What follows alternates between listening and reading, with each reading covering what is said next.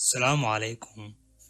Waxaa jira dhowr albaab oo aan la furin qarniyo, balse waxa isweydiin mudan sababta loo furi waayay albaabada.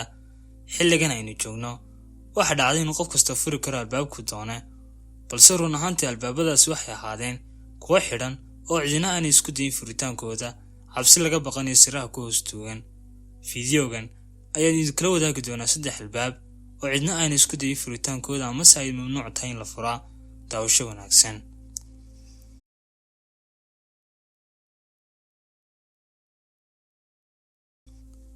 Taj Mahal mid ka mid ah goobaha ugu caansan adduunka, waxaana dhisay Shah Jahan 1631 si uu weyneeyo xasuusaha xaaskiisa.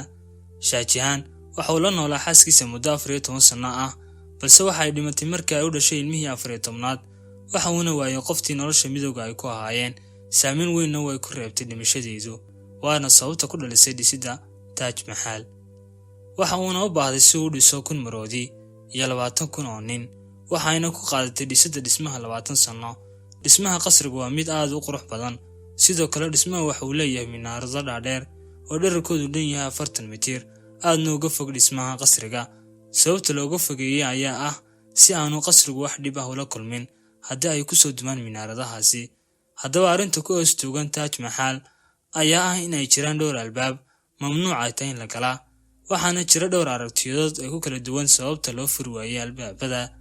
Aragtida ugu weyn ayaa ah in ay ku haasan tahay xaaska Shah Jahan, waana sababta loo mamnuucay in la galaa.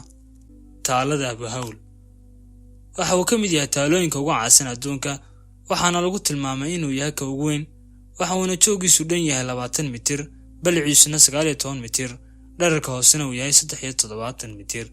waxaana dhismihiisa la dhammaystiray 4500 sano ka hor, waxaana ka qayb qaatay 100 shaqaale iyadoo lagu dhammaystiray dhisidiisa muddo 3 sano ah.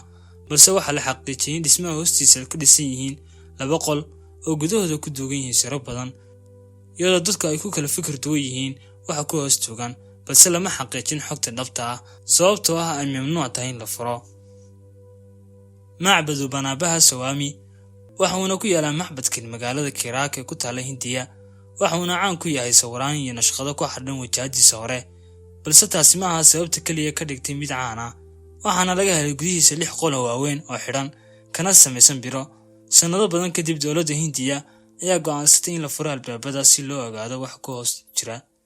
ugu dambeyntii sanadkii 2011 ayaa la furay 5 ka mid ah, waxaana loogu dhex tegay sanduuqyo waaweyn ay ka buuxaan dahab iyo macdano kala badan, laguna qiyaasay qiimahooda trillions.